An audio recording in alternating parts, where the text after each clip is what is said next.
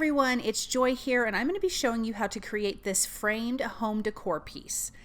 I'm going to be using the Fancy Frames dies. There are 2 dies to create 3 different sizes of frames. I'm going to create the 6x6, but then you can create the 8x6 and the 8x8. The 8x6, you would use both sizes of the dies, and the inside here shows you how to put that together, but I'm going to show you how to do that. I'm using this smaller die and this corner piece for my frame today.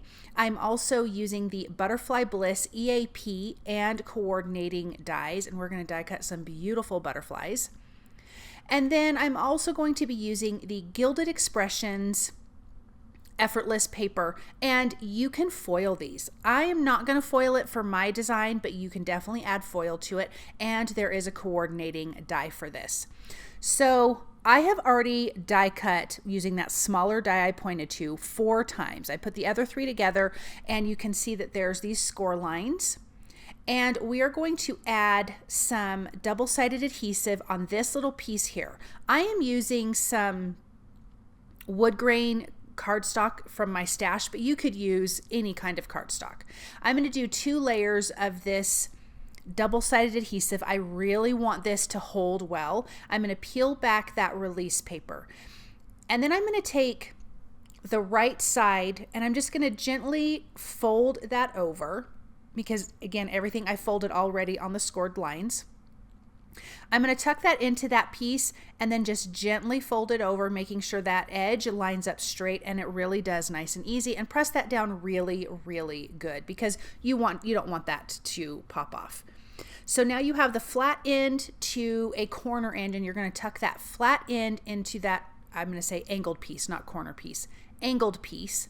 And they just slide right in. It really is super, super easy as long as you have your piece turned right. I wasn't looking at the angled end. I'm like, it's just not fitting. But you just tuck that in. And I found that when I stood this up, once I got all those pieces in and I stood this up, then it squared up nicely. I just kind of gently pressed down and in, and now we have this great frame. Then I have my corner pieces here that I have die cut from white cardstock, and I'm going to speed this up just a little bit, and I'm just going to add some liquid glue and then put this in. This is definitely going to help keep it together because it's not glued in. You could glue it in, I guess, if you wanted to. But I'm just going to use these, and then we're going to add a piece of paper in the back, and that's going to hold this whole frame together. But if you didn't want these corner pieces on, then I would just add glue on the end pieces, the flat end pieces that slide into that corner piece. I would add a little bit of liquid glue, and then that would hold nicely as well. So now we have these beautiful corner pieces. I just love them.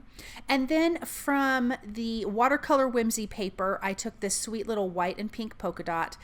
I trimmed it down 6x6, but I'm going to actually trim a little bit more off because I don't want any paper accidentally showing on the sides.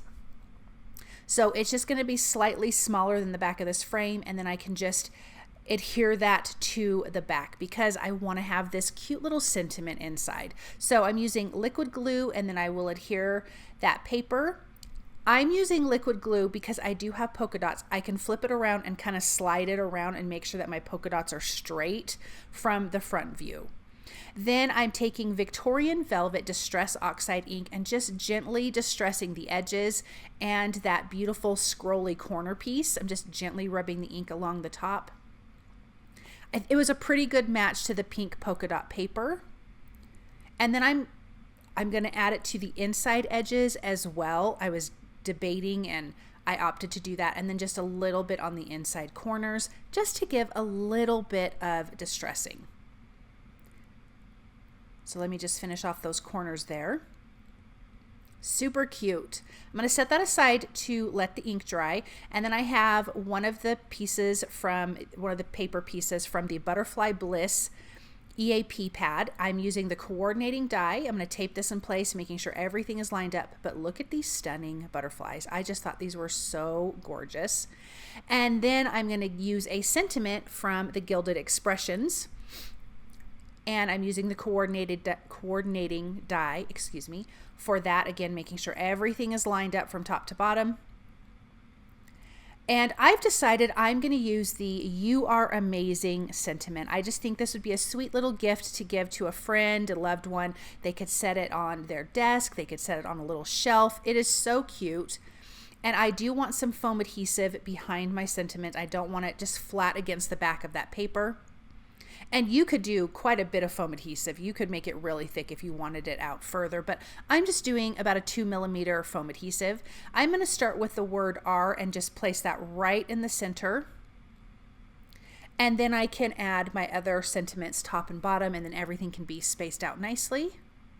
And I do like the black. I decided to not foil it because I didn't want really anything shiny on this. I wanted it to be about the frame and the butterflies. So just having a nice black sentiment, and to me, it would also stand out a little bit better. So I just wanted it nothing shiny this time. I'm going to place that one little butterfly with some foam adhesive on the inside. And then the rest of these I will adhere with some liquid glue. And you can see that I bent these up a little bit. I bent the wings up just a tiny bit, so that way they're just not flat. They do look like they're landing. Their wings are up and out. And I just think these butterflies are gorgeous. So I'm going to do 3 butterflies on the left side, and I will do 2 butterflies on the right side. Just kind of getting my layout there. And I love that they're all different sizes, and I still had some butterflies left over. I didn't want to overdo, but I think this was the perfect amount of butterflies. Let's adhere this last one down. And then let's take a look at this up close. Isn't that so pretty? So quick and easy to put this together between the frames and those butterflies. You don't have to really color anything. You can just put this together for someone that you love, and look how well it stands up. I just think this is so lovely. Thank you guys so very much for stopping by and watching. I hope that you enjoyed this project.